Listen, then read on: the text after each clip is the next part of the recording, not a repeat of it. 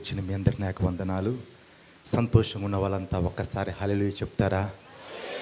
నిద్రపోతున్న వాళ్ళంతా మరొకసారి బిగ్గర హల్లెలూయా చెప్తారా? మరి చాలామంది చాలా దూరము నుంచి చాలా ప్రయాసతో చర్చికి వచ్చి కూర్చొని నిద్రపోతూ ఉంటారు. అది నైట్ డ్యూటీ చేసో లేదా ఆరోగ్యం బాగలేకో నిద్రపోతే అది వేరే విషయము. కానీ మరి అది ఏది కాకుండా నువ్వు దేవుని సన్నిధిలో కూర్చొని నిద్రపోతున్నావు అంటే సైతాను నీ పక్కన పనిచేస్తూ ఉన్నాడు. ఎందుకంటే నిన్ను బ్రతికించేది, నిన్ను నిలబెట్టేది, నిన్ను ముందుకి నడిపించగలిగింది ఏంటిది అంటే దేవుని యొక్క వాక్యము. నీ వాక్యమే నన్ను బ్రతికిస్తుంది. ఆ వాక్యములో దేవుని యొక్క జీవం ఉన్నది. ఆ వాక్యములో దేవుని యొక్క శక్తి ఉన్నది. ఆ వాక్యము నీకు అర్థం కాకుండా, ఆ వాక్యమును వినకుండా వాడు ఏం చేస్తాడు అంటే నిన్ను నిద్రపుచ్చి నిన్ను మైమరిపిస్తూ ఉంటాడు. సాధారణంగా దొంగలు ఇళ్లల్లో ఎప్పుడు పడతారు అంటే అందరూ గాఢ నిద్రలో ఉన్నప్పుడు దొంగలు పడతారు. యాక్సిడెంట్స్, రోడ్ల మీద యాక్సిడెంట్లు ఎప్పుడు అవుతాయి అంటే తెల్లారుజాము ఆ నిద్ర మత్తులో ఉన్నప్పుడు ఆ పునుగుపాటు కన్ను రెప్ప అట్లా కొట్టగానే భయంకరమైన యాక్సిడెంట్లు జరుగుతూ ఉంటాయి. మరి నేను గమనిస్తూ ఉంటాను, చాలామంది చాలా మరి ప్రయాసతో చాలా ఆశగా దేవుని సన్నిధికి వస్తారు, కానీ వాక్యం చెప్పేటప్పుడు నిద్రపోతూ ఉంటారు, అటు ఇటు దిక్కులు చూస్తూ ఉంటారు, మరి ఇంకా నిర్లక్ష్యంగా వ్యవహరిస్తూ ఉంటారు. ఒక అధికారి దగ్గరికి మనం వెళ్ళినప్పుడు, ఒక కలెక్టరే కావచ్చు, ఒక ఉన్నతమైన ఆఫీసరే కావచ్చు, లేదా ఒక డాక్టరే కావచ్చు, తన దగ్గరికి మనం వెళ్ళినప్పుడు మనము నిర్లక్ష్యంగా కనబడము, అజాగ్రత్తగా ఉండము, దిక్కులు చూడము, పట్టినట్లుగా మనము వ్యవహరించము. ఆ డాక్టర్ రిపోర్ట్లన్నీ చూస్తూ ఉన్నప్పుడు టెన్షన్గా చూస్తూ ఉంటారు. డాక్టర్ నోట్లోంచి ఏం మాట వస్తుందో, ఏం చెప్తాడో అని చెప్పి ఎంతో భయంగా ఆత్రంగా చూస్తూ ఉంటారు. లేదా ఒక ఎమ్మెల్యే దగ్గరికి వెళ్ళినప్పుడు, ఒక కలెక్టర్ దగ్గరికి వెళ్ళినప్పుడు మన యొక్క దృష్టి, మన యొక్క మనస్సు, మన యొక్క వినికిడి అంతా తన నోటి వైపే ఉంటూ ఉంది. ఎందుకు? అక్కడ అజాగ్రత్తగా ఉంటే మనం వెళ్ళిన పని కాదు. మరి మనం ఎక్కడ కూడి ఉన్నామంటే దేవుని యొక్క సన్నిధిలో మనము కూడి ఉన్నాం. మరి దేవుని సన్నిధిలో నిర్లక్ష్యంగా ఉంటే, అజాగ్రత్తగా ఉంటే మేలుకు బదులు నష్టాన్ని కొన్నిసార్లు మనము చూడాల్సి ఉంటుంది. అందుకే బైబిల్ ఒక మంచి మాట దేవుడు రాయించడేమని, నువ్వు దేవుని మందిరమునకు పోవున్నప్పుడు, ఎక్కడికి వెళ్ళినప్పుడు, నువ్వు దేవుని మందిరానికి వెళ్ళేటప్పుడు ఏమి జాగ్రత్తగా చూసుకోవాలంట? నీ ప్రవర్తనంతయు జాగ్రత్త. పెద్దవాళ్ళు చెప్తుంటారు, ఎక్కడికైనా వెళుతున్నప్పుడు జాగ్రత్త, ఏదైనా మరి విలువైన వస్తువు చేతికిచ్చినప్పుడు జాగ్రత్త, మరి ఒక అధికారి దగ్గరికి వెళ్తున్నప్పుడు కొంచెం నోరు దగ్గర పెట్టుకొని, ఒళ్ళు దగ్గర పెట్టుకొని మాట్లాడు, జాగ్రత్త. కొన్ని జాగ్రత్తలు చెప్తూ ఉంటారు. ఎందుకు? ఆ చోట కొంచెం మనం నిర్లక్ష్యం చూపినా మనం అనుకున్న పని జరిగేది పక్కన పెట్టు, ఆ చోట మనం ఊహించినటువంటి సమస్య మనము ఎదుర్కొనేది ఉంటుంది. మరి దేవుని యొక్క సన్నిధికి మనం వచ్చినప్పుడు దిక్కులు చూసేది కాదు, నిర్లక్ష్యంగా వ్యవహరించేది కాదు. నీ మనస్సు దేవుని పైన నిలిపి, దేవుడు ఎవరిని దర్శిస్తాడు, ఎవరితో దేవుడు మాట్లాడతాడు అంటే ఆశగల ప్రాణమును దేవుడు తృప్తిపరుస్తాడంట. ఆశ, ఆ ఆశ నీలో ఉంటే ఎట్లా?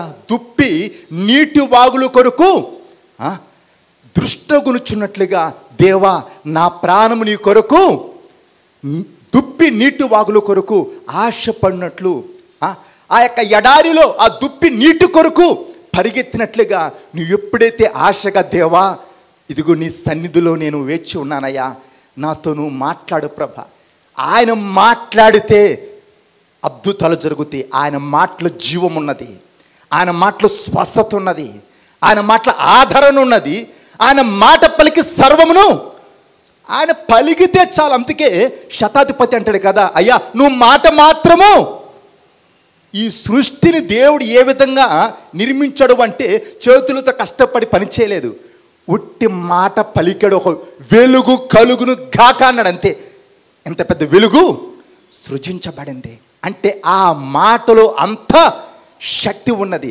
ఆ దేవుడు ఈరోజు నీతో నాతో ఇక్కడ కూర్చున్న మనతో మాట్లాడితే మనకి మేలవుతుంది. నా మాట బండను బద్దలు కొట్టు సుత్తె వంటిది కాదా, నా మాట దహించు అగ్ని వంటిది కాదా.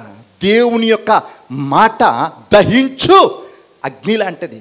కాబట్టి మరి ఆయన యొక్క మాటలు మనము శ్రద్ధగా విన్నట్లయితే, జాగ్రత్తగా విన్నట్లయితే మన బ్రతుకులో అద్భుతాలు మనము చూడగలుగుతాం. యేసు ప్రభు శరీరధారిగా ఈ భూమి మీద ఆయన సంచరించిన రోజుల్లో 12 మంది శిశువులను దేవుడు ప్రత్యేకించుకున్నాడు తన పని కొరకు. ఒక 12 మంది శిశువులను పిలుచుకున్నాడు. ఈ 12 మంది శిశువులు ఎవరయ్యా అంటే యేసుతో ఉన్నవారు. ఈ 12 మంది శిశువులు ఎవరయ్యా అంటే సమస్తమును విడిచి యేసయ్యను వెంబడించిన వాళ్ళు. యేసుతో ఉండాలి, యేసయ్య కార్యములు చూడాలి అంటే వారి జీవితంలో ఏమి కావాలి అంటే త్యాగము కావాలా. వారి జీవితంలో ఏమి కావాలంటే సమర్పణ కావాలా. అక్కడ చాలా మంచిగా మాట దేవుడు రాయించడం ఏమని, వారు సమస్తమును అంటే అప్పుడు దాకా దేన్నైతే ఆధారము చేసుకొని బ్రతుకుతూ ఉన్నారో, ఆ సముద్రమే కావచ్చు, ఆ వలలే కావచ్చు, ఆ దోనే కావచ్చు, లేక అక్కడున్న ఆ యొక్క మనుషులే కావచ్చు, అప్పుడు వరకు దేన్నైతే వారు ఆధారము చేసుకొని బ్రతుకుతూ ఉన్నారో దానంతటినీ విడిచి యేసయ్యను వెంబడించారు. వారి బ్రతుకులో త్యాగం ఉంది, వారి బ్రతుకులో సమర్పణ ఉంది. అందుకే వారు యేసుతో ఉన్నవారని వాక్యం సెలవిస్తూ ఉంది.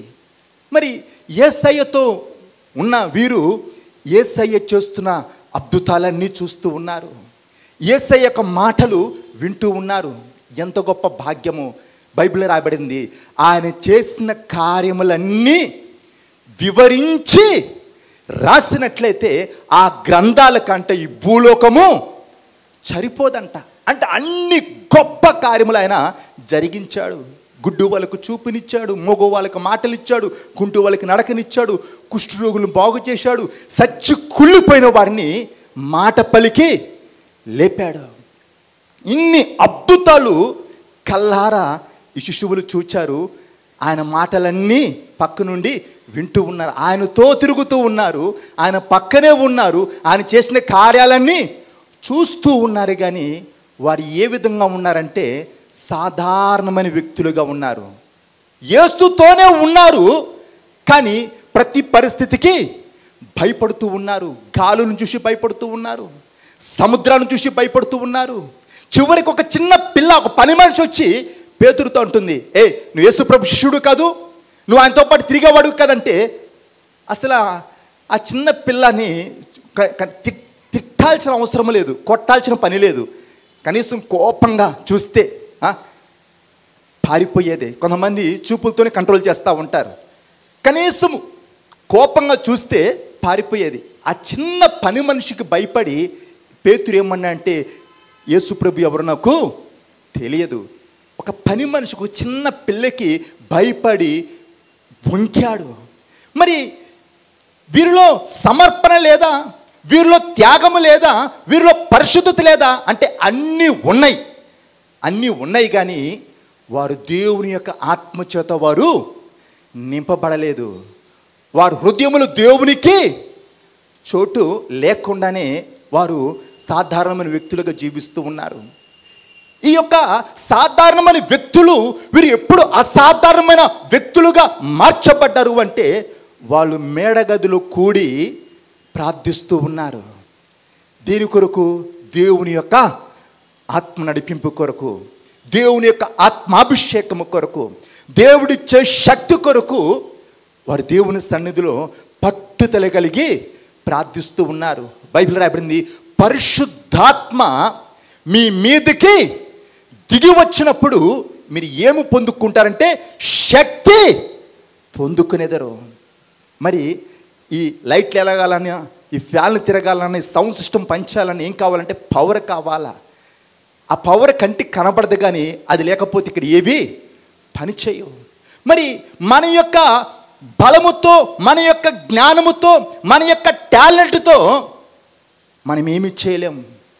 ఈరోజు నీ ముందు ఉన్న ఆ ఎర్ర సముద్రం పాయలవ్వాలి అంటే, ఆ యోర్దాను నది నువ్వు దాటాలి అంటే, ఆ ఎరుకో గోడలు కోలాలి అంటే, ఆ గొల్యాతు యొక్క తల తెగి నీ కాళ్ళ కింద పడాలి అంటే, హామానుని ఎదిరించాలి అంటే, జెజబెల్ని చితక తొక్కాలి అంటే, నీ బలముతో, నీ జ్ఞానముతో అది వీలు కాదు.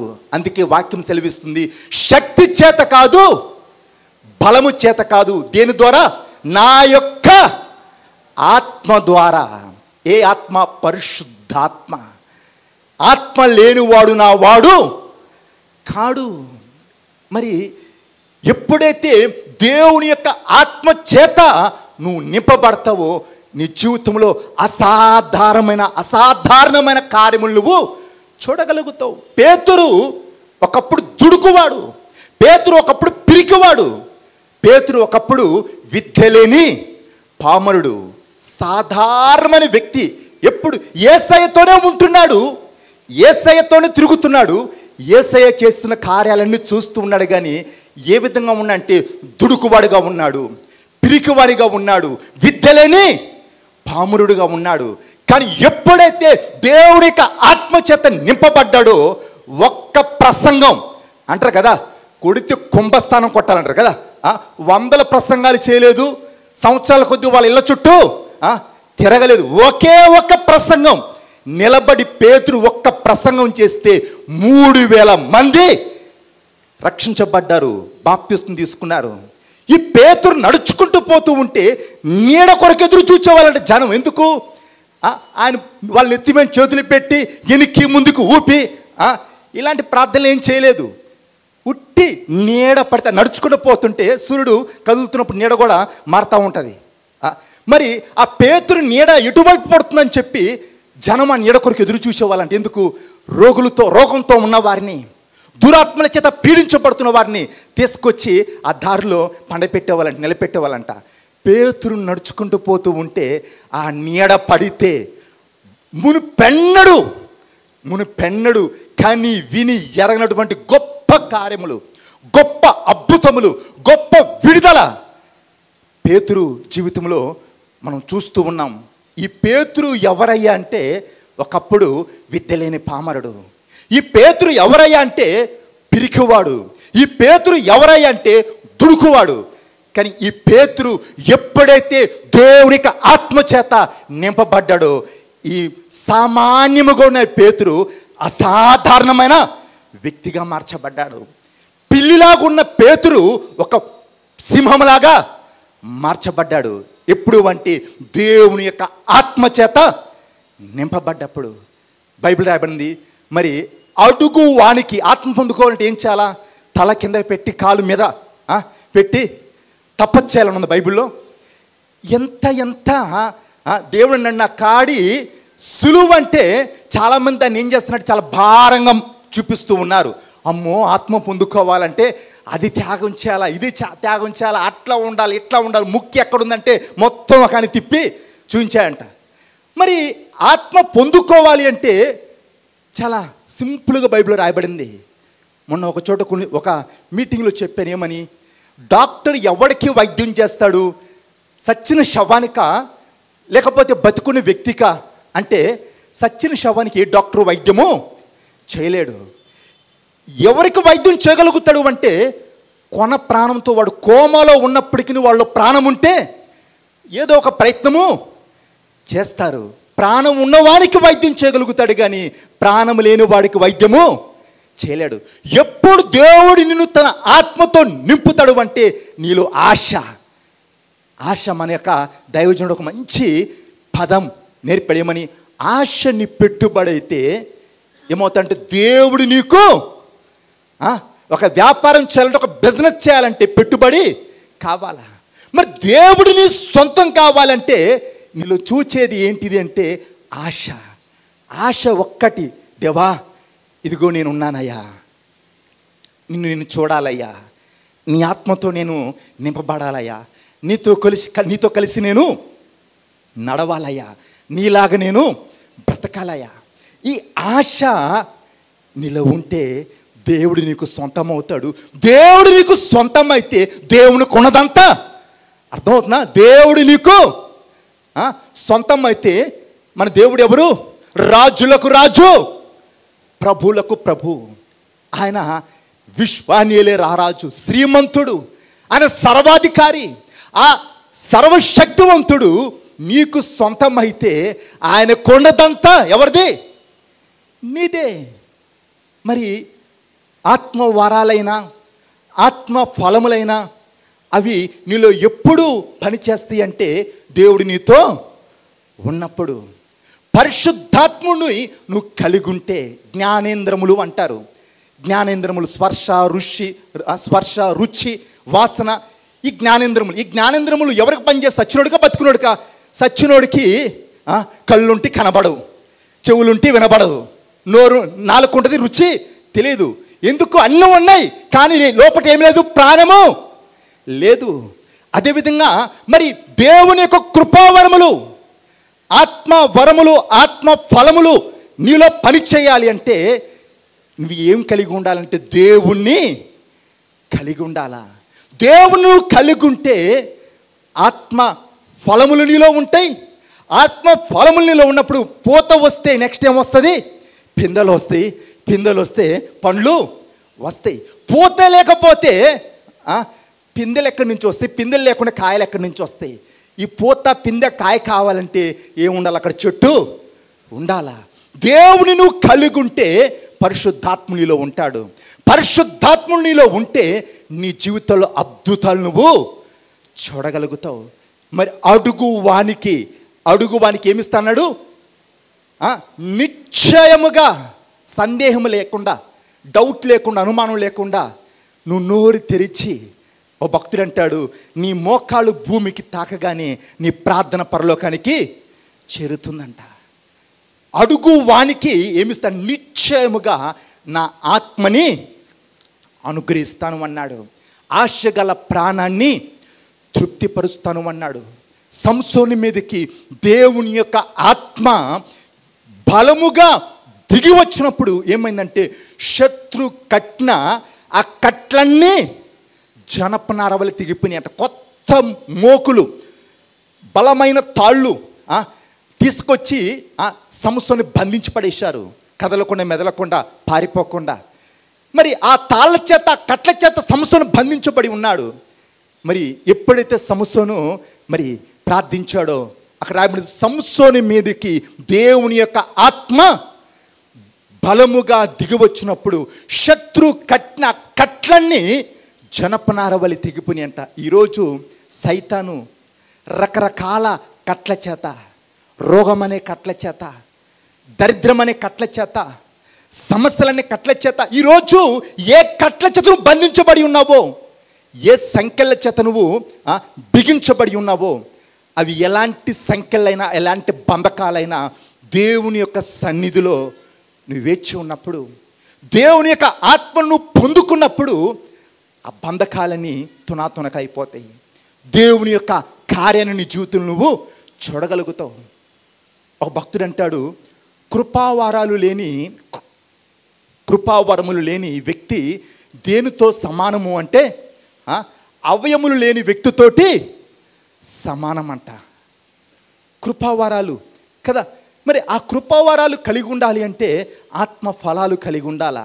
ఆత్మ ఫలాలు కలిగి ఉన్నప్పుడు కృపావరాలు కలిగి ఉంటావు. ఈ ఆత్మ ఫలాలు, కృపావరాలు ఎప్పుడు నీలో పనిచేస్తే అంటే దేవుని యొక్క ఆత్మ నీలో ఉన్నప్పుడు. దేవుని యొక్క ఆత్మ నీలో ఎప్పుడు ఉండదంటే దేవునితో కలిసి జీవిస్తూ ఉన్నప్పుడు దేవుని యొక్క కార్యాలు మన జీవితంలో మనము చూడగలుగుతాం. కాబట్టి మరి శక్తి చేత కాదు, బలము ద్వారా కాదు, దేని ద్వారా అన్నాడు? నా యొక్క ఆత్మ ద్వారా. ఇది జరుగుతుంది అన్నాడు. ఆ ఆత్మ పొందుకోవాలంటే మనం ఏం చేయాలా? దేవుణ్ణి అడగాలి. సింపుల్గా అడుగు వానికి ఏమిస్తాడు? నిశ్చయముగా నా ఆత్మని ఇస్తాను అన్నాడు. నువ్వు అడగకపోతే అమ్మాయిని అన్నము పెట్టదంట. బైబిల్ ఇంకో మాట ఉంది, మీరు అడగకనే పొందుకోలేకపోతున్నారు. మీరు అడిగిన దేని కొరకు అడుగుతున్నారు? మన స్వార్థం కొరకు. ప్రభా నన్ను దీవించు, నా కుటుంబాన్ని దీవించు, ఇక్కడ ఉన్న వాళ్ళందరికంటే నన్నే గొప్పగా చెయ్యి.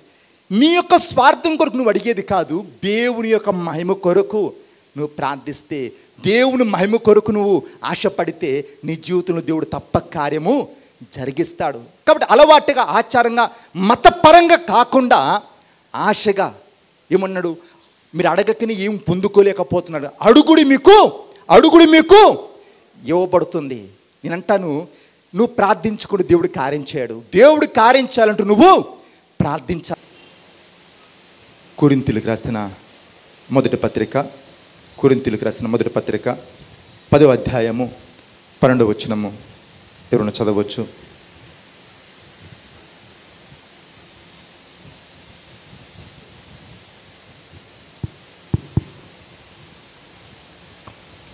తాను నిల్చుచున్నానని తలంచుకున్నవాడు పడకుండునట్లు జాగ్రత్తగా చూసుకునేవాడు. ఇక్కడ అపోస్తులుడైన పౌలు భక్తుడు ఈ కొరింథులో ఉన్న సంఘానికి చెప్తున్న మాట ఇది.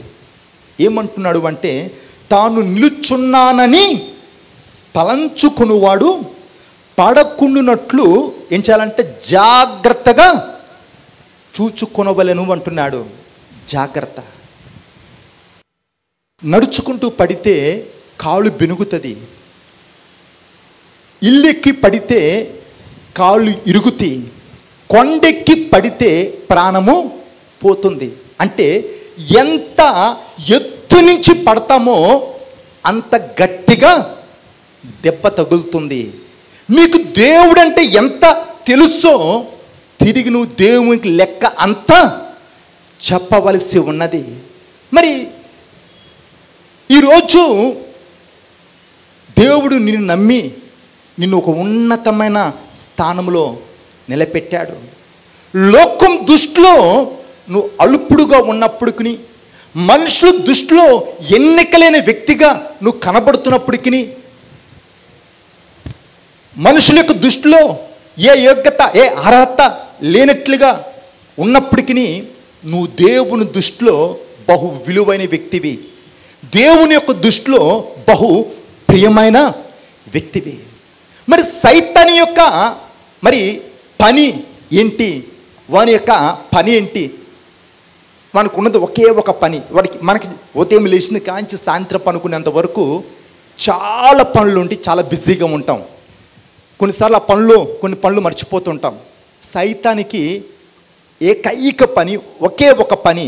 ఏంటి ఆ పని అంటే, నిన్ను దేవునికి దూరం చేయాలా, నీ జీవితాన్ని నాశనం చేయాలా, నీ సాక్ష్యాన్ని పాడు చేయాలా, నిన్ను నరకానికి ఇడ్చుకొని పోవాలా. అదే వాని యొక్క పని. అందుకే సైతాన్ని గద్దించు, సింహము వలె ఎవరిని మింగుదామా అని వాడు ఎదురు చూస్తూ ఉన్నాడంట. అపవాదికి, అందుకే ఏమంటాడు, అపవాదికి చోటు యువకుడి. నువ్వు చోటిస్తే వాడి జీవితాన్ని నాశనం చేస్తాడు, నీ కుటుంబాన్ని నాశనం చేస్తాడు, నీ నరకానికి ఈడ్చుకుపోతాడు. సరే, ఈరోజు ముఖ్యంగా దేవుడు నీకు ఏదైతే ఇచ్చాడో అవి కృపావరాలే కావచ్చు, లేదా మరి నమ్మి నీకొక బాధ్యత, నమ్మి నీకొక పని, నమ్మి నీకొక స్థితి. ఈరోజు నువ్వు ఏదైతే కలిగి ఉన్నావో దాన్ని జాగ్రత్తగా నువ్వు కాపాడుకోవాలి. అన్నిటికంటే విలువైనది ఏంటిది అంటే దేవుడు మనకిచ్చిన రక్షణ. మీరు విలువ పెట్టి కొనబడ్డారు, మీరు నా సొత్తు అంటాడు. కాబట్టి దేవుడు మనకిచ్చిన రక్షణే కావచ్చు, దేవుడు మనకు అప్పగించిన పనే కావచ్చు, బాధ్యత కావచ్చు, ఒక తలంతే కావచ్చు, దాన్ని మనము ఏ విధంగా కాపాడుకోవాలి అంటే జాగ్రత్తగా కాపాడుకోవాలంట. మరి ఈరోజు ముఖ్యంగా నేను చెప్పదలిచింది ఏంటంటే, దేవుడు ఇచ్చినవి మరి పోగొట్టుకోవటానికి, కోల్పోవటానికి గల మూల కారణాలు ఏంటి? ప్రతి మనిషికి దేవుడు ఒక తలాంతుని, ఒక టాలెంట్ని, ఒక స్థితిని దేవుడు అనుగ్రహిస్తాడు. ఏ ఒక్కరూ అనాముకులుగా మరి కారణం లేకుండా భూమి మీదకి రాలేదు. ప్రతి ఒక్కరిడల దేవుడు ఒక పని కలిగి ఉన్నాడు. ప్రతి ఒక్కరికి ఒక పని దేవుడు ఆల్రెడీ అప్పగించాడు. నీకిచ్చినవి నువ్వు కోల్పోకుండా ఉండాలి అంటే, అసలు సాధారణంగా విశ్వాసిక జీవితంలో దేవుడు ఇచ్చినవి కోల్పోవటానికి గల మూల కారణాలు ఏంటి కొన్ని మనము ధ్యానించి ప్రార్థన చేసుకుందాము. మరి హోషేయ గ్రంథము 4వ అధ్యాయము 6వ వచనము. హోషేయ గ్రంథము 4వ అధ్యాయము 6వ వచనము. నా జనులు జ్ఞానము లేనివారై నశించుచున్నారు. నా జనులు జ్ఞానము లేనివారై నశించుచున్నారు. మరి భక్తి లేక కాదు, నీతి లేక కాదు, పరిశుద్ధత లేక కాదు, ఏమి లేక నశించిపోతున్నాము. ఏమి లేక ఈరోజు మనము నష్టపోతున్నాము, కష్టపడుతున్నాము, దేవుడిచ్చిన ఆశీర్వాదాల్ని పోగొట్టుకుంటున్నాము. అంటే అతి ప్రాముఖ్యమైనది, ప్రధానమైనది ఏంటంటే జ్ఞానము. నా జనులు ఏమి లేక నశించిపోతున్నారు అంటే భక్తి లేక కాదు, నీతి లేక కాదు, పరిశుద్ధత లేక కాదు, దైవికమైన జ్ఞానము లేక ఏమైపోతున్నారంట, నశించిపోతూ ఉన్నారు. జ్ఞానము లేకపోతే ప్రతి మాట నువ్వు గుడ్డిగా నమ్ముతావు. కనబడ్డ ప్రతి కళ, వినబడ్డ ప్రతి స్వరము, చెప్పిన ప్రతి ప్రవచనము నువ్వు గుడ్డిగా నమ్ముతావు. ఎందుకు? నీలో ఆ యొక్క వివేచన లేకపోతే, ఆ జ్ఞానం లేకపోతే నువ్వు నష్టపోతావు, నువ్వు మోసపోతావు. యెహోషువతో దేవుడు చెప్పాడు ఏమని? నేను మోషేకి తోడై ఉన్నట్లుగా నీకు నేను తోడై ఉంటాను అన్నాడు. నీ ఎదుట ఏ నరుడు నిలవనేరడు, నీతో పోరాడి ఏ వ్యక్తి గెలవడు. ఎంత గొప్ప వాగ్దానము! మోషే ద్వారా దేవుడు ఎలాంటి కార్యాలైతే చేశాడో, మరి యెహోషువ ద్వారా అంతకంటే గొప్ప కార్యములు చేయటం దేవుడు ఆరంభించాడు. మోషే యొక్క స్థానంలో దేవుడు యెహోషువ అని దేవుడు నియమించాడు. మరి యెహోషువ ఇజ్రాయెల్ ప్రజల్ని నడిపిస్తూ ఉన్నాడు. ఆ ఇజ్రాయెల్ ప్రజలకి, ఆ యొక్క యెహోషువకి దేవుడు చెప్పడేమని? మరి మీరు ఏ దేశానికైతే వెళుతూ ఉన్నారో, మీరు ఏ ప్రాంతానికైతే వెళుతూ ఉన్నారో ఆ ప్రజలతోటి, నిర్గమకాండము 34వ అధ్యాయము 12వ వచనము. నువ్వు ఎక్కడికి వెళ్ళొచ్చున్నావో ఆ దేశపు నివాసులతో నిబంధన చేసుకొనకుండా జాగ్రత్త పడము. ఏమన్నాడు? నువ్వు ఎక్కడికి వెళ్ళొచ్చున్నావో ఆ దేశపు నివాసులతో నిబంధన చేసుకోకుండా జాగ్రత్త పడము. ఒకవేళ అది నీకు ఊరి కావచ్చు. ఎందుకు? వారు దేవుణ్ణి ఎరగని వారు, వారు అనేక మరి ఆ యొక్క మతపరమైన ఆచారాలతో జీవిస్తున్నవారు, వారి దేవునికి వేరుగా బ్రతుకుతున్నవారు. దేవుడు చెప్తున్నాడు ముందే ఏమని? మీరు వారితో సమాధాన పడొద్దు, వారితో నిబంధన చేసుకునవద్దు, వారితో కలిసిమెలిసి వారితో స్నేహము చేయొద్దు. ఎందుకు? లోక స్నేహము దేవునికి వైరము, లోకంతో స్నేహం చేయడం దేవునికి శత్రు. వారితో స్నేహము వద్దు అని దేవుడు చెప్పాడు. మరి ఈ యొక్క ఇజ్రాయేలు యొక్క యెహోషువ ఏం చేశాడు అంటే, ఆ గిబ్యోనీయులు చాలా కుయుక్తిగా వచ్చారు. ఏమని? వీళ్ళు ఎదుట ఏ జనం నిలబడలేకపోతున్నారు, వీరిని ఎవరు గెలవలేకపోతూ ఉన్నారు, వీరి పక్షాన దేవుడు ఉన్నాడు అని గుర్తుపట్టి చినిగిపోయిన బట్టలు వేసుకొని, మరి అరిగిపోయిన చెప్పులు వేసుకొని, ఎండిపోయిన రొట్టెలు పెట్టుకొని, మేము చాలా దూరం నుంచి వచ్చాము, మీ పక్షాన్ని దేవుడు చేస్తున్న కార్యాలు మేము విన్నాము, కాబట్టి మీతో సమాధాన పడటానికి, మీతో నిబంధన చేసుకోవటానికి మేము వచ్చాము. చూడండి, యెహోషువ ఎవరు అంటే దేవుని చేత ఎన్నుకోబడ్డ నాయకుడు, మామూలు వ్యక్తి కాదు. ప్రార్థిస్తే సూర్యచంద్రులు ఆగిపోయారు. మరి అంత బలమైన నాయకుడై ఉంటున్నాడు. మరి వీరు వచ్చినప్పుడు వారి యొక్క పై వేషధారణ చూచి, వారి యొక్క బట్టలు, వారి యొక్క చెప్పులు, వారి యొక్క అవతారం చూచి, వారి యొక్క రూపురేఖలు చూచి ఏం చేశారు అంటే, అక్కడ రాయబడి ఉంటుంది యెహోషువ గ్రంథము 9వ అధ్యాయము, దేవుని దగ్గర విచారణ చేయక. 9వ అధ్యాయం 14వ వచనము, యెహోషువ గ్రంథము 9వ అధ్యాయము 14వ వచనము. ఇశ్రాయేలీయులు యెహోవా చేత సెలవు పొందకయే వారి ఆహారంలో కొంత పుచ్చుకొనగా. ఏం చేశారంటే ఇజ్రాయేలు యెహోవా చేత సెలవు పొందకయే వారి ఆహారంలో కొంత పుచ్చుకొనగా యెహోషువ ఆ వచ్చిన వారితో సమాధానపడి వారిని బ్రతకనిచ్చుటకు వారితో నిబంధన చేసింది. వారితో సమాధానపడి ఏం చేశాడంట, వారిని బ్రతకనిచ్చడానికి వారితోటి, అది దేవుని చిత్తమా, దేవుడు చెప్పాడా వారితో సమాధాన పడమని, వారితో స్నేహం చేయమని, వారితో కలిసి ఉండమని దేవుడు చెప్పాడంటే అక్కడ దేవుని యొక్క ఊసే లేదు.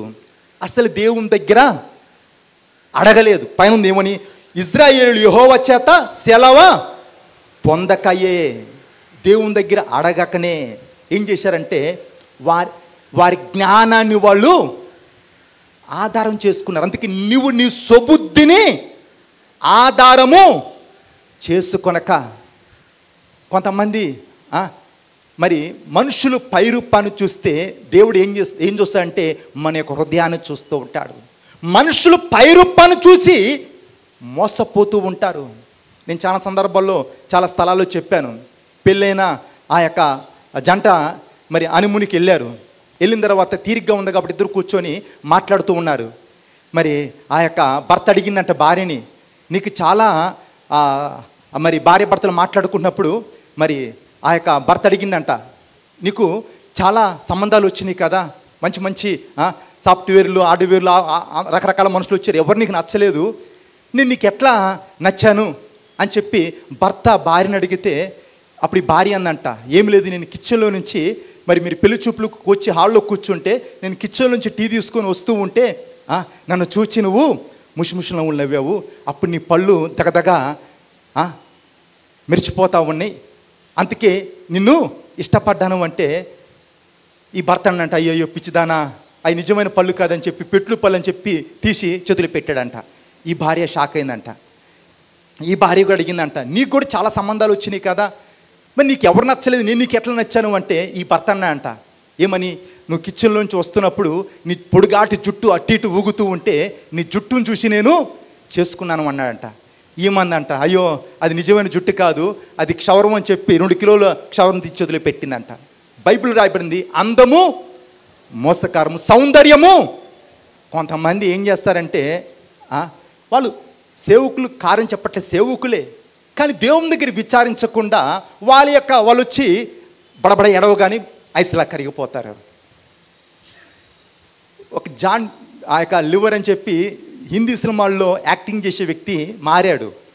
అని చెప్పిన సాక్ష్యం ఏంటి అంటే, సినీ యాక్టర్లంట సినిమాల్లో నటిస్తూ ఉంటారంట, క్రైస్తవులంట నటనలోనే జీవిస్తూ ఉన్నారంట. వాళ్ళేమో సినిమాల్లో నటిస్తున్నారు, వీళ్ళేమో క్రైస్తవులు ఏకంగా నటనలోనే మహానటులు, నటీనటుమణులు, వాళ్ళకి ఆస్కార్ అవార్డులు ఇవ్వచ్చు. చర్చిల్లో చూస్తే ఎట్లా ఉంటారంటే మరియమ్మకి చెల్లెలాగా, యేసు ప్రభుకి తమ్ముళ్ళలాగా ఉంటారు. ఇంటి దగ్గరికి వెళితే సైతానికి అక్కలాగా, లూసిఫర్కి అన్నలాగా. చర్చిలేమో మరియమ్మకి అమ్మ చెల్లెలేమో, మరియమ్మ చెల్లెలేమో, ఈయన యేసు ప్రభుకి తమ్ముడేమో, అది ఎక్కడ చర్చిలో. ఇంటి దగ్గర ఏమేమో సైతానికి అక్కయ్య కూర్చుంటుంది, ఆయనేమో లూసిఫర్కే అన్న. కానీ మళ్ళీ సేవకుల దగ్గర రాగానే ఎంత వినయమో, ఎంత భక్తో, ఎంత నటనో గుర్తుపట్టాలా, వివేచించాలా. ఆ మధ్య ఒక సేవకుడు ఇంకొక సేవకుని పిలిచాడు తన చర్చికి. ఆయన ఆ దేశం ఈ దేశము అన్ని దేశాలు తిరుగుతూ ఉంటే కళ్ళు మూసుకొని ఒక ప్రవచనం కళ్ళు తెరిచి ఒక దర్శనం చెప్తూ ఉంటే ఆయనకి ఆ వరం ఉంది ఈ వరం ఉందని చెప్పి తన చర్చికి పిలిచాడు. పిలిస్తే మరి మంచిగానే కొంతకాలం జరుగుతూ ఉంది. ఎందుకు నాకు డౌట్ వచ్చి ఆ పిలిచిన వ్యక్తికి చెప్పాను, అయ్యా ఈయన ఏదో కొంచెం నాకు తేడాలా కనబడుతున్నాడు, ఆ వ్యక్తితో కొంచెము జాగ్రత్తగా ఉండు అన్నాను. ఆ సేవకుడు నాకు చెప్పిన మాట ఇది, అన్నన్నా అసలు నువ్వు ఏమనుకుంటున్నావన్నా, మనమిచ్చే కవర్ కంటే, అంటే కానుక కవర్ కంటే ఆయనిచ్చే కవర్ చాలా పెద్దదన్నా.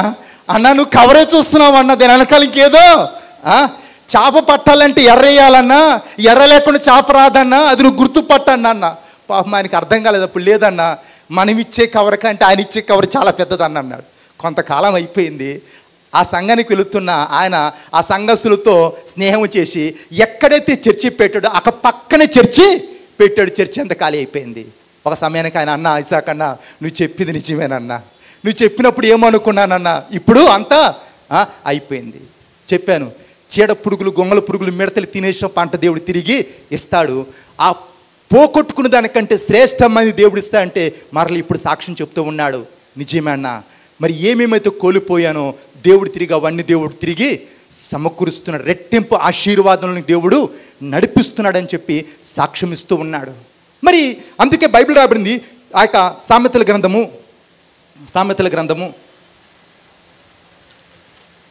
20 అధ్యాయము 18 వచనము. సామెతల గ్రంథము 20 అధ్యాయము 18 వచనం. ఇక్కడ రాబడింది, వివేకము గల్ల నాయకుడు అయ్యి యుద్ధము చెయ్యి. గుడ్డోని తీసుకెళ్ళి యుద్ధము చేయమంటే, గుడ్డోని తీసుకెళ్ళి యుద్ధం చేయమంటే వాడు యుద్ధము చేయలేడు. ఎందుకు? వానికి కళ్ళు లేవు కాబట్టి. శత్రువు యొక్క బలం ఏంటో, శత్రువు చేతిలో ఉన్న ఆయుధం ఏంటో వీడికి తెలియదు. శత్రువు చేతులు చుత్తుగా ఓడిపోతాడు. అదేవిధంగా మరి నీలో మరి ఆ యొక్క దైవికమైన జ్ఞానము లేకపోతే కనబడ్డ ప్రతి కళ, వినబడ్డ ప్రతి స్వరము, చెప్పిన ప్రతి ప్రవచనం గుడ్డిగా నువ్వు నమ్ముతావు. అందుకే వివేచన గల నాయకుడు యుద్ధము చెయ్యి. ఈరోజు నీ కుటుంబాన్ని నువ్వు కట్టుకోవాలి అంటే, నీ సంఘాన్ని నువ్వు కట్టుకోవాలి అంటే, దేవునికి ఇచ్చిన పని నువ్వు కాపాడుకోవాలి అంటే నీ బలము, నీ జ్ఞానము సరిపోదు. కానీ దేవుని యొక్క కృపకై, దేవుని జ్ఞానముకై ప్రార్థించాలా. సొలొమోనుకు దేవుడు ప్రత్యక్షమై, నాయనా నీకేం కావాలా నువ్వు కోరుకో, నువ్వు అడిగింది ఇస్తాను అంటే, ఎండి బంగారాలు అడగలేదు, పేరు ప్రఖ్యాతులు అడగలేదు. ఏమడిగాడు అంటే, అయ్యా నీ ప్రజలను పరిపాలించడానికి నా వయసు సరిపోదు, నా స్థితి సరిపోదు, నాకు జ్ఞానము దయచేయ. దేవుడు చప్పట్లు కొట్టుండొచ్చు, పరలోకం అంతా విజిల్ చేసి ఉండొచ్చు. ఎందుకు? దేవుడు సంతోషపడి ఏమన్నాడు, నువ్వు జ్ఞానం అడిగావు కదా. ఎంత జ్ఞానం అంటే నీకు ముందే కానీ నీ తర్వాతే కానీ నీ అంత జ్ఞానవంతులు ఉండరు. జ్ఞానంతో పాటు ఐశ్వర్యం ఉండి నీకు ఇస్తున్నాను, పేరు ప్రఖ్యాతలు. జ్ఞానాన్ని కోరుకుంటే కావాల్సినవన్నీ దేవుడు సమకూర్చాడు. ఈరోజు ఎందుకు పడిపోతున్నారు, ఎందుకు నష్టపోతున్నారు, ఎందుకు కష్టపడుతున్నారు, ఎందుకు మోసపోతున్నారు అంటే బతికి తెలివి లేక. అందుకే పాస్టర్ గారు అంటే బొగ్గన చొక్క పెట్టినంత చటాకు తెలివి అంత. తెలివి ఎంత ఉండాలంట? చటాకు లేకపోయినా బొగ్గన పెళ్లిలో పెడుతుంటారు, దిష్టి తగలకుండా బుగ్గ చుక్క అని చెప్పి. ఆ బుగ్గ చుక్క పెట్టినంత తెలివి కావాలంట. ఆ తెలివి లేకపోతే తెగిపోయిన గాలిపటంలో కొట్టుకొని పోతావు. కాబట్టి మొదటగా మరి మనం ఏమి కలిగి ఉండాలంటే దైవికమైన జ్ఞానము కలిగి ఉండాలా. వివేచన గల నాయకుడు వై నువ్వు యుద్ధము చేయాలా. రెండోది మరి అజాగ్రత్త. ఇర్మియా గ్రంథము 48 అధ్యాయము 10వ వచనము. ఇర్మియా గ్రంథము 48 అధ్యాయము. యెహోవా కార్యమును అశ్రద్ధగా చేయవాడు శాపగ్రస్తుడగును గాక. ఇక్కడ రాయబడింది, యెహోవా కార్యము అశ్రద్ధగా చేయవాడు ఏమవుతాడు? శాపగ్రస్తుడు. ఈ యొక్క యెహోషువ తొందరపడి వారితో నిబంధన చేసినందుకు మరి అనాలోచనతో వివేచించకుండా వాళ్ళు ఎవరు, ఎక్కడి నుంచి వచ్చారు, ఎందుకు వచ్చారు, వాళ్ళ యొక్క కుయుక్తి ఏందనేది గుర్తుపట్టకుండా వారితో సమాధాన పడ్డందుకు పక్కల్లో బల్యాలయ్యారు, కళ్ళలో ముళ్ళైపోయారు. ఈయన తెలివి చూడండి. సరే మొత్తానికి తెలిసింది, వారు దూరం నుంచి వచ్చిన వాళ్ళు కాదు, దగ్గర ఉన్న వాళ్ళు, పక్కన ఉన్న వాళ్ళని తెలిసింది. తెలిసిన తర్వాత యెహోషువ ఏం చేశాడు, అయితే మీరు మమ్మల్ని మోసం చేశారు కాబట్టి మీకు ఒక శిక్ష. ఏంటిది ఆ శిక్ష అంటే, మందిరంలో కట్టెలు, బలులు అర్పించడానికి కట్టెలు కొట్టి పెట్టాలా. రెండోది నీళ్లు చేదిపోయాలా.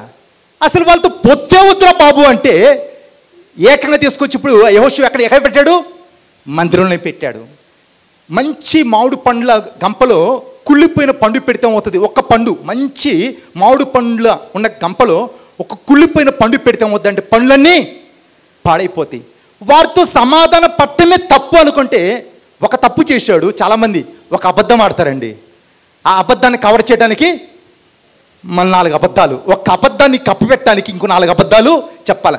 ఆల్రెడీ తప్పైంది, వాళ్ళతో సమాధానం పట్టడం తప్పు, నిబంధన చేయడం తప్పు. తప్పు చేసిన తర్వాత ఏం చేశాడంటే మరలా వారిని మందిరంలోనే పనిచేసే వారిగా పెట్టాడు. దీనికి ఎంత శిక్ష పడిందంటే సౌలు ఆ గిబ్బేనీయులను చంపాడు. సౌలు గిబ్బేనీయులను చంపితే ఎప్పుడు కరువు వచ్చిందంటే దావీదు కాలములో కరువు వచ్చింది. కరువుకి మూల కారణం ఏందని చెప్పి దేవుని సన్నిధిలో విచారించినప్పుడు ఏమన్నాడు? యెహోషువ గిబ్బేనీయులను చంపనని చెప్పి నిబంధన చేశాడు. సౌలు వారిని చంపాడు. దావీదు కాలంలో ఎక్కడ యెహోషువ, ఎక్కడ సౌలు, ఎక్కడ దావీదు? నిబంధన చేసింది ఒకరు, చంపింది ఇంకొకరు, కరువు వచ్చింది. దీని అంతటికి కారణమేంది? వారి యొక్క తొందరపాటు తనము. చెప్పగోని విషయాలు చెప్పి వెళ్ళగొన్న స్థలాలకి వెళ్ళి చేయగొన్న పనులు చేసి ఏం చేస్తారంటే జీవితాన్ని చిక్కు చేసుకుంటారు. అందుకే నేను ఎప్పుడు ఒక కొత్త పదంలా చెప్తాను, యేసయ్యలాగా అందరిని ప్రేమించు కానీ ఎవరిని నమ్మబాకు. యేసయ్యలాగా అందరిని ప్రేమించు కానీ ఎవరిని నమ్మబాకు. నువ్వు ప్రశాంతంగా బ్రతకాలి అంటే నీ సమస్యలు ఇంకోళ్ళు చెప్పబాకు, వేరే వాళ్ళ సమస్యలు తల దొరచబాకు. నీ సమస్యలు దేవునికి చెప్పు, దేవుని సన్నిధిలో కన్నీరు కారు, ప్రార్థించు, దేవుడి కార్యాలు చేస్తాడు. పక్కోడికి సమస్య ఉందని తెలిస్తే అది కూడా దేవునికి చెప్పు, దేవుడు అద్భుతము చేస్తాడు. కానీ ఏం చేస్తారు? చాలా చిక్కు సమస్యలకు మూల కారణం ఏంటంటే ప్రతి ఒక్కరిని గుడ్డిగా నమ్మి లొడలొడంతా చెప్పేస్తారు. మరి ఈరోజు శత్రువుగా ఉన్నవాడు ఒకప్పుడు వాడు మన యొక్క మిత్రుడే. మన మిత్రుడే ఒక సమయానికి ఏమయ్యాడు? శత్రువు అయ్యాడు. శత్రువు అయినప్పుడు ఏం చేస్తాడు? నీ బలహీనతలను వాడిని తెలుసు కాబట్టి వాటి ఆట ఆడుకుంటాడు. అందుకే వివేచన గల నాయకుడు యుద్ధం చేయి. రెండోది, మరి యెహోవా కార్యము అశ్రద్ధగా చేసిన వాళ్ళు ఏమవుతారు? శాపగ్రస్తులు. మొదటిది అజ్ఞానము. దేవుని యొక్క పని నువ్వు నిర్లక్ష్యము చూపితే, అజాగ్రత్తగా చేస్తే ఆశీర్వాదాన్ని బదులు శాపం వస్తుంది. మందసము యాజకులు భుజాలపైన మొయ్యాల, అది దేవుని యొక్క ఆజ్ఞ. లేవి గోత్రానికి చెందిన వాళ్ళే భుజాలపైన మొయ్యాల. మరి ఈ దావీదు ఏం చేశాడు అంటే ఆ మందస్సాన్ని కొత్త ఎడ్ల బండి పైన తీసుకొని వస్తూ ఉన్నాడు.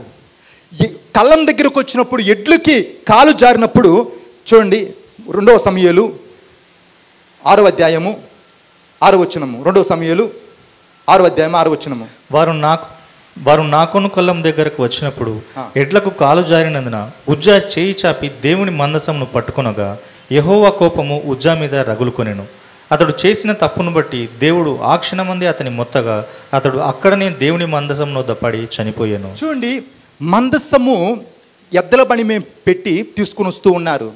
ఎద్దుకు కాలు జారింది, మందసం పడిపోబోతుంది. ఈ ఉజ్జా అనే వ్యక్తి ఏం చేశాడంటే ఆ మందసం పడకుండా ఆపబోయాడు, చెయ్యితో దాన్ని ముట్టుకోబోయాడు. వెంటనే అక్కడనే పడి, అందరు చూస్తుండగా అక్కడనే పడి చచ్చాడు. ఎందుకు? ఈయన ఏం పాపం చేశాడు? కారణం ఏంటి? పాపం అంటే ఏంటిది? వ్యభిచారం చేయడం, దొంగతనం చేయడం కాదు. పాపం అంటే ఏంటిదంటే ఆజ్ఞ అతిక్రమమే పాపం. దేవుడు చెప్పింది చేయకపోవటమే తప్పు, దేవుడు చెప్పనిది చేయటమే తప్పు. మందసం ఏం చేయాలంటే భుజాల పైన మొయ్యాల, యాజకులు మొయ్యాల, ఎద్దల బండి మీద తేగూడదు, అదొక తప్పు. ఆ మందసము మరి యాజకులు ముట్టుకోవాలా, ఏరో వాళ్ళు ముట్టుకోకూడదు. ఇది తెలిసి ఏం కాదులే. చాలాసార్లు మనం కూడా ఏం చేస్తాం? తెలిసిన దేవుడు అలుసైపోతాడు. తెలిసిన దేవుడు ఏమవుతాడు? అలుసైపోతాడు. ఏం కాదులే, ఎప్పుడు వెళ్ళే చర్చే కదా, ఎప్పుడు చేసే ఆరాధనే కదా, ఎప్పుడు చేసే పనే కదా.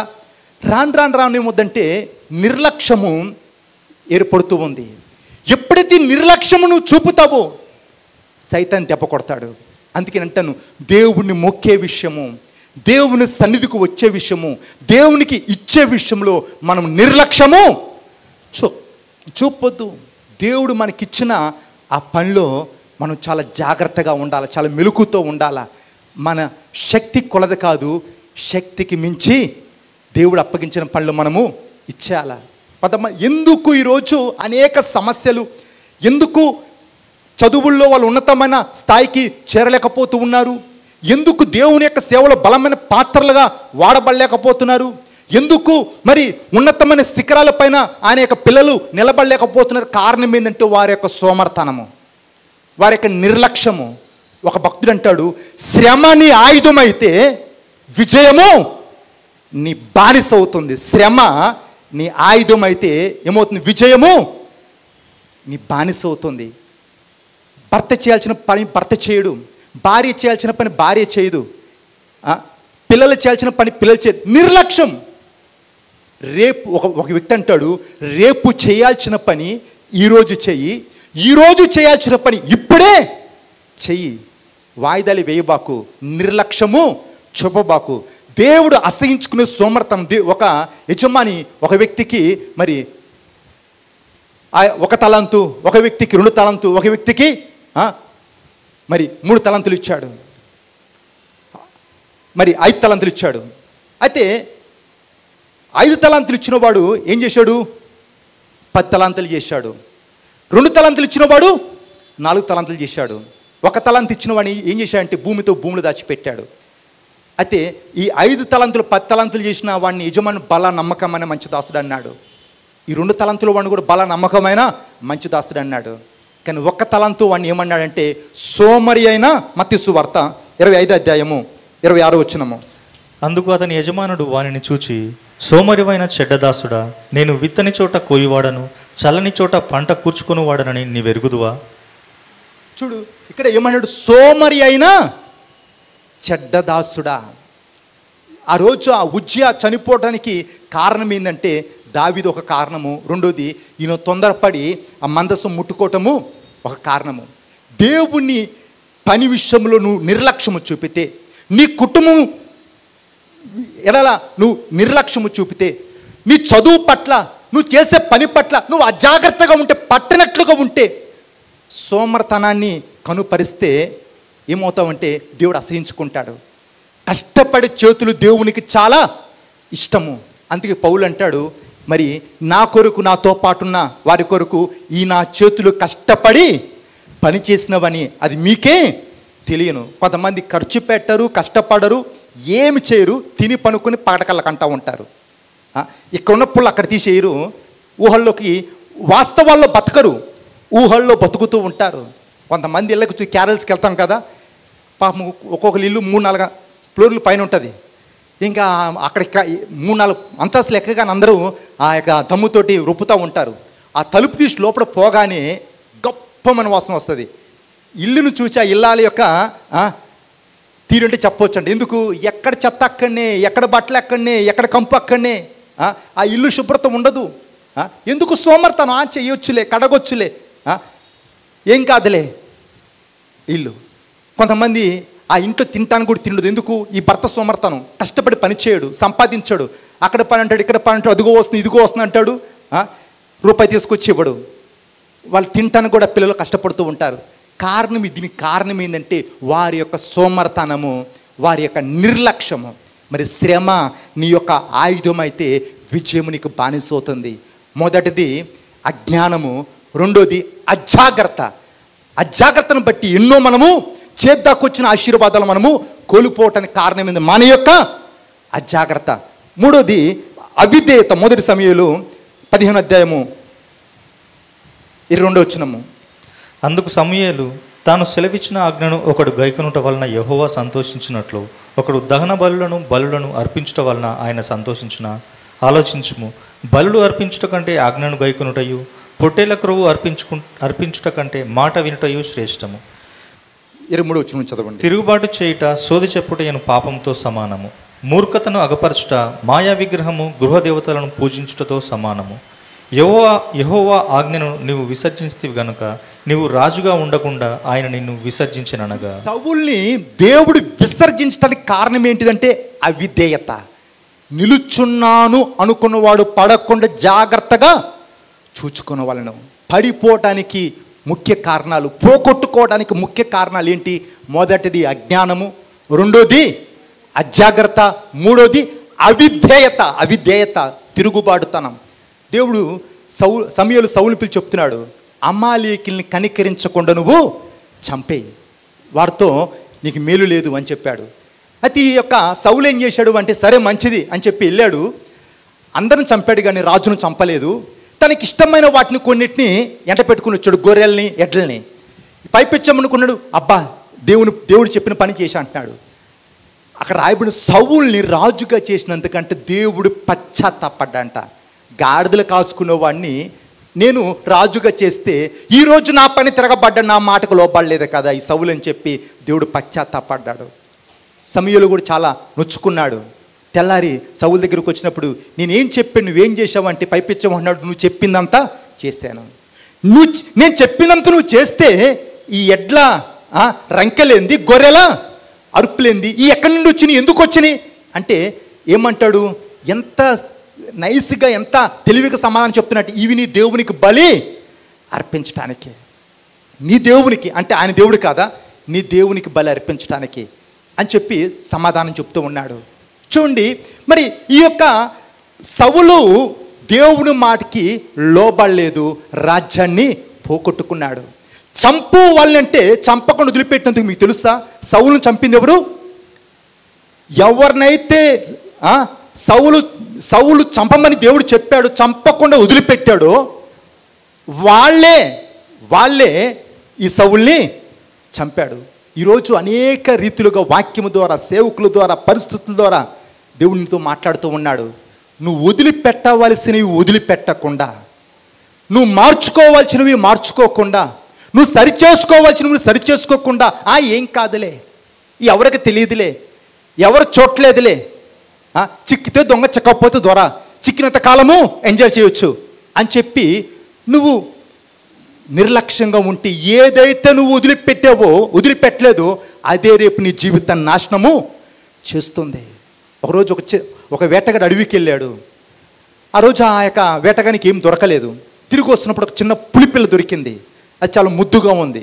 తీసుకొచ్చి ఇంట్లో పెట్టాడు. కొడుకు దాంతో ఆడుకుంటాడని చెప్పి ఇంట్లో పెడితే ఊర్లో ఉన్న వాళ్ళందరూ అన్నారంట, అరే అది క్రూర మృగము, అది ఇంట్లో ఉండాల్సింది కాదు, అడవిలో ఉండాలా, దాన్ని ఇంటికి తేయటం క్షమం లేదు, దాన్ని అడవిలో వదిలిపెట్టు అంటే, అది ఎంత ముద్దుగా ఉందో చూడు, నా కొడుకుతో ఎంత మంచిగా ఆడుకుంటుందో చూడు, అది ఓరవలేక అసూయతో చెప్తున్నారని చెప్పి ఎవరు మాట లెక్క చేయలేదు. కొడుకు పెరుగుతున్నాడు, పులి పెరిగింది. మరి ఒకరోజు కొడుకు ఆడుతూ కింద పడ్డాడు, రక్తం కారుతుంది. ఆ పులి వచ్చి రక్తాన్ని నాకింది, దాంట్లో ఉన్న క్రూరత్వం బయటకు వచ్చింది. ఆ ఒక్కగానొక్క కుమార్ని చీల్చుకొని తినేస్తుంది. ఎంతమంది ఆపనికి ప్రయత్నించినా ఆగలేదు. నువ్వు దేవుడు ఏదైతే వదిలిపెట్టమన్నాడో దాన్ని వదిలిపెట్టకుండా ఉండనిస్తే ఏమవుతుందంటే అది నీ జీవితాన్ని నాశనం చేస్తూ ఉంది. మరి సౌలుని దేవుడు ఎందుకు విసర్జించాడంటే దేవుని మాటకు లోబడినందుకు. జరిగిన సంఘటన, టెర్రరిస్టులు ఫ్లైట్ని హైజాక్ చేశారు. వాళ్ళు స్వాధీనంలో తీసుకున్నారు. విడిపించడానికి చాలామంది వచ్చారు కానీ ఎవరు వల్ల కాలేదు. మరి ఇజ్రాయెల్ అనుకుంటాను, మేము విడిపిస్తామని చెప్పి వాళ్ళు వచ్చారు. వాళ్ళకు ఒక సిగ్నల్ పంపారేమని, అందరు కింద నేల పనుకోండి అనగానే అందరు పనుకోండి అని చెప్పి వాళ్ళకు ఒక కబురు పంపారు. అయితే ఆ యొక్క వీళ్ళ భాష వాళ్ళకి రాదు, వాళ్ళ భాష వీళ్ళకి రాదు. టెర్రరిస్టులకి ఇజ్రాయెల్ భాష వాళ్ళకి తెలియదు కాబట్టి ఇజ్రాయెల్ అందరూ వాళ్ళకి టెర్రరిస్టుల చేతులు బందీలుగా ఉన్నారు. ఇజ్రాయెల్ సైన్యం వచ్చింది వాళ్ళు విడిపించడానికి. ఏమన్నారు ఇజ్రాయెల్ సైన్యం ఏమన్నారు, మీరు అందరూ ఒక్కసారి నేలన పనుకోండి అన్నారు. అందరూ నేల మేము పనుకున్నారు. టెర్రరిస్టులకు అర్థం కాక నిలబడి దిక్కులు చూస్తున్నారు. నిలబడ్డ వాళ్ళందరినీ కాల్ చేశారు. దాంతో ఆ టెర్రరిస్టులతో పాటు కొంతమంది ఈ ఇజ్రాయెల్ కూడా చనిపోయారు. ఎందుకు చనిపోయారు? వీళ్ళు కాపాడటానికి వచ్చారు కదా. వాళ్ళు ఎందుకు చంపారు అంటే వీళ్ళు ఏమనుకున్న నిలబడ్డారు కాబట్టి వీళ్ళు కూడా టెర్రరిస్టులు అనుకొని ఆ టెర్రరిస్టులతో పాటు ఇజ్రాయెల్ని కూడా చంపారు. లోబడితే ఆయన చెప్పింది చేస్తే నీకు ఆశీర్వాదం. నీకు అర్థం కాకుండా దేవుని కంటే ముందు పెరగెత్తకబాకు, దేవుని కంటే వెనకాల నడబాకు, దేవునితో కలిసి నడువు, నీకు జయం ఉంటుంది. అవిధేయత ఎంత భయంకరమైన పాపం అంటే అది విగ్రహారాధనతో సమానం అంటున్నాడు. అది దేవుడు అసహించుకునేది. చివరగా మరి ఆత్మీయ గర్వం, అహంకారం. రెండవ దినవృత్తాంతములు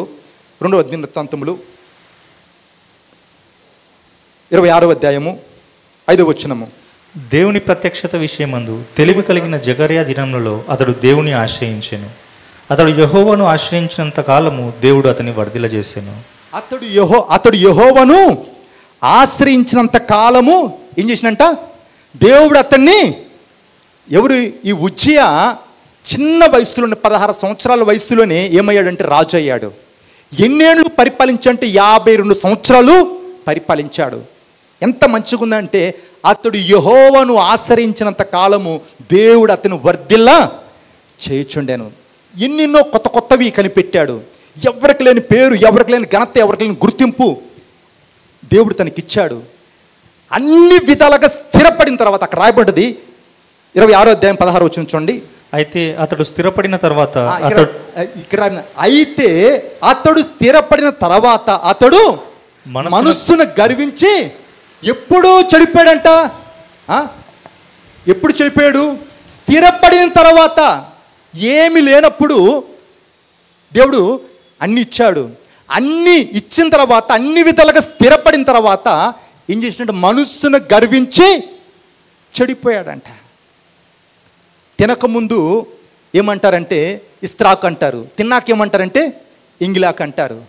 అవసరానికి కాళ్ళు పట్టుకుంటారు, అవసరం తిరిగిన తర్వాత కాలర్ పట్టుకుంటారు, అందితే జుట్టు, అందకపోతే కాలు. ఏరు దాటిన తర్వాత ఏం తగల పెడతారంట? తెప్ప తగల పెడతారంట. ఆపదప్పుడు, ఆ కష్టం వచ్చినప్పుడు ఎంత వినయమో, ఎంత తగ్గింపో, ఎంత ప్రేమో, ఎంత ఆప్యాయతో ఎప్పుడు స్థిరపడేంతవరకు. అయితే ఈ సేమ్ ఈ యొక్క మరి ఉజ్జియా రాజు కూడా ఏం చేశాడంటే స్థిరపడిన తర్వాత మనస్సును గర్వించి చెడిపోయాడు. ఇంక నాకు ఎదురు లేదు, నన్ను ఇంకెవడు తీసేయలేడు, నన్ను ఇంకెవడు కదిలించలేడు, నేను ఏమైనా చేస్తాను, ఎందుకు అధికారం ఉంది, అధికారం ఉంది, చెప్తే చేసే సైన్యం ఉంది. గర్వం వచ్చింది, అహంకారం వచ్చింది. మరి ఆ యొక్క మందిరములో ధూపము ఎవరు వేయాలంటే యాజకులే వేయాలా, యాజకులు వేయాలా. కానీ యాజకులు చేయాల్సిన పని ఉజ్జియా ఏం చేశాడంటే మరి ఆయనే మందిరంలోకి వెళ్ళాడు. చదవండి 20. అతడు ధూపపీఠం మీద ధూపం వేయుటకై యెహోవా మందిరంలో ప్రవేశించి తన దేవుడైన యెహోవా మీద ద్రోహం చేయగా యాజకుడైన అజర్యాయు అతనితో కూడా ధైర్యవంతులైన యెహోవా యాజకులు 80 మంది అతని వెంబడి లోపలికి పోయిరి. వారు రాజైన ఉజ్జియాను ఎదిరించి, ఉజ్జియా యెహోవాకు ధూపం వేయుటకై ప్రతిష్ఠింపబడిన అహరోను సంతతి వారైన యాజకుల పనియే కానీ నీ పని కాదు. పరిశుద్ధ స్థలంలో నుండి బయటికి పొమ్ము, నీవు ద్రోహం చేసి ఉన్నావు. దేవుడైన యెహోవా సన్నిధిని ఇది నీకు ఘనత కలగజేయదని చెప్పగా ఉజ్జియా ధూపం వేయుటకు ధూపార్తిని చేత పట్టుకుని రౌద్రుడై యాజకుల మీద కోపం చూపాను. యెహోవా మందిరంలో ధూపపీఠం ప్రక్కన అతడు ఉండగా యాజకులు చూచుచూనై ఉన్నప్పుడు అతని నొస్ట కుష్ఠరోగం పుట్టాను. ఎంత భయంకరమో చూడండి. చూడండి, ఒకరు కాదు, ఇద్దరు కాదు, 80 మంది యాజకులు అంట. ఎందుకు ఒకటి చెప్తే వినడేమో, ఒకటి వెళ్ళటానికి ధైర్యం సరిపోలేదేమో. 80 మంది యాజకులు వెళ్ళి ఆపే ప్రయత్నం చేసిన వాళ్ళపైన తిరగబడ్డాడు, వాళ్ళపైన కోపం తెచ్చుకున్నాడు. మరి ఇంకేం అనలేదు. వాళ్ళు చూస్తుండగానే ఏమొచ్చింది? కుష్టి వచ్చింది. వాళ్ళ తరంకుండానే ఈయన బయటికి వెళ్ళిపోయాడు. ఇంక మందులకి ఎప్పుడూ తిరిగి మరలా రాలేకపోయాడు. కారణం ఏంటంటే ఆయన యొక్క గర్వము, ఆయన యొక్క అహంకారం. సామెతల గ్రంథము 16వ అధ్యాయము, సామెతల గ్రంథము 16వ అధ్యాయము 18వ వచనము. నాశనమునకు ముందు గర్వము నడుచును. నాశనమునకు ముందు ఏం నడుస్తుంది? గర్వము నడుస్తుంది. పడిపోవటానికి ముందు అహంకారమైన ఈ యొక్క ఉజ్జియా పడిపోవడానికి మూల కారణం ఏంది? అహంకారం. అంతా నాకు తెలుసు, ఒకని అడగాల్సిన అవసరం లేదు, ఒకటి చెప్పాల్సిన పని లేదు. కింద పడ్డ నాదే, పై చేయి. ఎప్పుడైతే గర్వము, అహంకారం వచ్చిందో దేవుడు అసహించుకున్నాడు. ఎందుకు? అహంకారులను ఎదిరించి దేవుడు దీనులకు కృప చూపుతాడంట. నువ్వు ఎంత ఎదుగుతూ ఉంటావో అంత ఒదిగి ఉండటం నేర్చుకోవాలా. ఎదిగే కొద్దీ ఒదిగి ఉండటం నేర్చుకోవాలా. చెట్టు ఎదుగుతున్నప్పుడు శబ్దం చేయదు, కానీ ఇరిగిపోతున్నాడు పెద్ద శబ్దం చేస్తుంది. ఇంజను మంచిగా ఉంటే దాంట్లో శబ్దాలు రావు. చెడిపోయిన ఇంజన్లో రకరకాల శబ్దాలు వస్తూ ఉంటాయి. మరి కొంతమంది అహంకారపు మాటలు, అహంకారపు పనులు, అంతా నాకు తెలుస్తూనే తీరు. మరి యేసయ్య మీలో అందరికంటే గొప్పగా ఉండాలనుకున్నవాడు ఏం చేయాలంటే అందరికీ దాసుడుగా ఉండాలన్నాడు. మరి నేను మిమ్మల్ని ప్రేమించినట్లుగా మీరు ఇతరులను ప్రేమించన్నాడు. యేసయ్య కాళ్ళు కడిగాడు, ఆ కాళ్ళు తుడిచాడు. ఎంత తగ్గింపు! తను తాను తగ్గించుకున్నవాడు హెచ్చించబడతాడు, తను హెచ్చించుకున్నవాడు తగ్గించబడతాడు. మనం పడిపోవడానికి, చెడిపోవడానికి 4 ప్రధానమైన కారణాలు. మొదటిది మన అజ్ఞానము, రెండోది మన యొక్క అజాగ్రత్త, మూడోది మన యొక్క అజ్ఞానము, నాలుగోది మన యొక్క ఆత్మీయ గర్వము. మరి ఇవి మనలో రాకున్నట్లయితే మరి అది దేవునికి మహిమకరంగా ఉంటుంది, అది మనకి మేలుకరంగా ఉంటుంది. ప్రార్థన చేసుకుందాం, కళ్ళు వంచి కళ్ళు మూసుకొని. ఒక్కసారి మనం సరిచేసుకుందాం. మనం సరిచేసుకుందాం. తాను నిలుచున్నాను అనుకున్నవాడు పడిపోకుండా జాగ్రత్తగా చూసుకున్న వాళ్ళు అంటున్నాడు. ఈరోజు పడిపోకుండా, చెడిపోకుండా, దేవుడు నీకు ఇచ్చినవి పోగొట్టుకోకుండా ఉండాలి అంటే ఏం చేయాలనో దేవుడు మనతో మాట్లాడుతూ ఉన్నాడు. పడిపోవటానికి గల్లా మూల కారణాలు దేవుడు మనకు గుర్తు చేస్తూ వచ్చాడు. చెడిపోవడానికి, పడిపోవడానికి గల్లా మూల కారణాలు. మొదటిది మన యొక్క అజ్ఞానము. అందరిని గుడ్డిగా నమ్మి వివేచించాలా, అది సత్యమా అసత్యమా. కొన్ని జిమ్మిక్కులు, మ్యాజిక్కులు వడకట్ కావు. విషయాన్ని ఎన్నిసార్లు వడకట్టినా అది విషమే, విషము అమృతము కాదు. అది గుర్తుపట్టాలా, వివేచించాలా. వివేచించకపోతే నష్టపోతాము. వివేచన గల నాయకుడు అయ్యి యుద్ధము చెయ్యి. రెండోది అజాగ్రత్త. దేవుని పని దేవుని భయముతో చేయాలా. దేవుని పనిలో నువ్వు నిర్లక్ష్యం చూపితే, అజాగ్రత్త చూపితే, తెలిసిన దేవుడు అలుసైతే, మొదట ఉన్న ప్రేమ నీలో లేకపోతే దేవుడు అసహించుకుంటాడు. దేవుని ఎడల నీ ప్రేమ దినదినం పెరగాలే కానీ తరిగేది కాదు. దేవుని కొరకు ప్రాణార్పణంగా పొయ్యబడాలి కానీ నీ స్వార్థం కొరకు బతికేది కాదు. సోమవారం దేవుడు అసహించుకుంటాడు. శ్రమ నీ ఆయుధం అయితే విజయం నీకు బానిస అవుతూ ఉంది. నిర్లక్ష్యాన్ని విడిచిపెట్టు, సోమర్తనాన్ని విడిచిపెట్టు, దేవుని కొరకు నడుం కట్టుకొని సైనికునిగా నిలబడు. దేవుడు మనల్ని క్రీస్తు యొక్క దేవుడు మనల్ని సైనికులతో పోల్చాడు. పౌలు అంటాడు, క్రీస్తు యేసు యొక్క మంచి సైనికుని వలె నాతో శ్రమపడు అంటాడు. మనము సైనికులమి. సోమర్తనంగా మనం ఉండటానికి వీల్లేదు.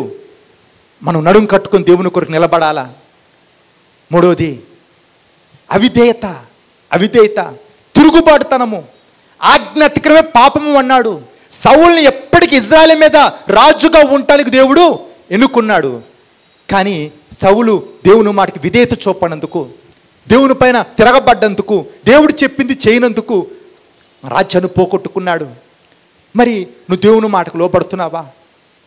వాక్యాన్ని జరిగిస్తున్నావా? ఒక్కసారి ఆలోచించు. ప్రతి ఒక్కరికి ఒక అంతరాత్మ అనేది ఉంటుంది, ఒక మనస్సాక్షి అనేది ఉంటుంది. ఒక్కసారి మనం పరీక్షించుకుంటే దేవుని యొక్క ఉగ్రత నుండి, దేవుని యొక్క తీర్పు నుండి మనం తప్పించబడతాము. కాబట్టి ఈ 4 విషయాలు ముఖ్యంగా ఈరోజు మనం కలిగి ఉన్నవి పోగొట్టుకోవడానికి గల కారణాలు ఏంటి అనేది దేవుడు గుర్తు చేస్తూ వచ్చాడు. మన అజ్ఞానము, మన అజాగ్రత్త, మన అవిధేయత, మన యొక్క అహంకారము. నీ స్థితి ఏదైనప్పటికీ అది బయట. నువ్వు దేవుని మందిరంలోకి వస్తే నీలో సాత్వికం కనబడాలా. నువ్వు దేవుని మందిరంలో వస్తే నీలో దీనత్వం కనబడాలా. నువ్వు దేవుని మందిరంలో ఉంటే నీలో తగ్గింపు కనబడాలా. తగ్గింపుని వస్త్రము వలె కప్పుకోవాలి. కొంతమంది చూపుల్లో గర్వము, మాటల్లో గర్వము, వాళ్ళ చేతల్లో గర్వము, వాళ్ళ కులాన్ని బట్టి, వాళ్ళకున్న పదవులను బట్టి, వాళ్ళకున్న అందాన్ని బట్టి, వాళ్ళకున్న ఆస్తిపాస్తులను బట్టి విర్రవీగుతూ ఉంటారు. అవన్నీ పోవడానికి క్షణం పట్టదు. కాబట్టి అతిశయించేవాడు ప్రభునందు అతిశయించాలి కానీ ఈ భూ సంబంధమైన వాటి యందు అతిశయించేది కాదు. ఎదిగే కొద్దీ ఒదిగి ఉండటం నేర్చుకోవాలా. మన బ్రతుకులో క్రీస్తుని చూపాలా. ఆయన సాత్వికుడు, ఆయన దీన మనసు గలవాడు. కాబట్టి ప్రభా, నీ స్థితికి తగినట్లుగా జీవించడం నాకు సహాయం చేయి. నిన్ను పోలి బ్రతకడం నాకు సహాయం చేయి. నా బ్రతుకులు నిన్ను చూపడం నాకు సహాయం చేయ.